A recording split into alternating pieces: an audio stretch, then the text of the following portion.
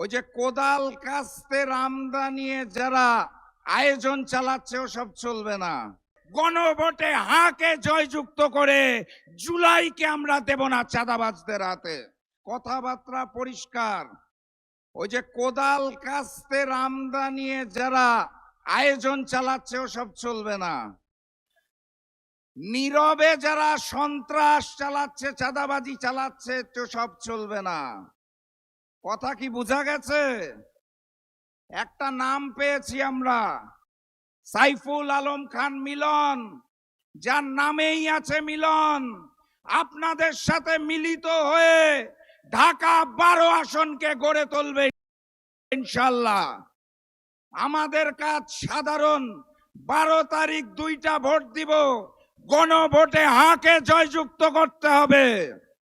ঢাকা 12 আসনে দাঁড়িপাল্লাকে জয়যুক্ত করে আগামীর প্রধানমন্ত্রী ডাক্তার শফিকুর রহমানকে উপহার দিতে হবে। সর্বশেষ কথা, আমরা শান্তি চাই, ইমানদারির সাথে বেঁচে থাকতে চাই, ডাক্তার শফিকুর রহমানের হাতকে শক্তিশালী করতে চাই।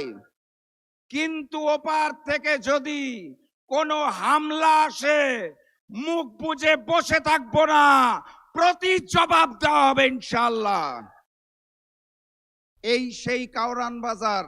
আমি ব্যবসায়ী ভাইদের ধন্যবাদ জানিয়ে দিতে চাই, যারা লন্ডন থেকে আগত নতুন মুফতি দেশে নামার 3 দিনের মাথায় এই কাওরান বাজারে চাঁদাবাজি করতে এসেছিল, যারা তাদেরকে লাল কার্ড দেখিয়ে দিয়েছে।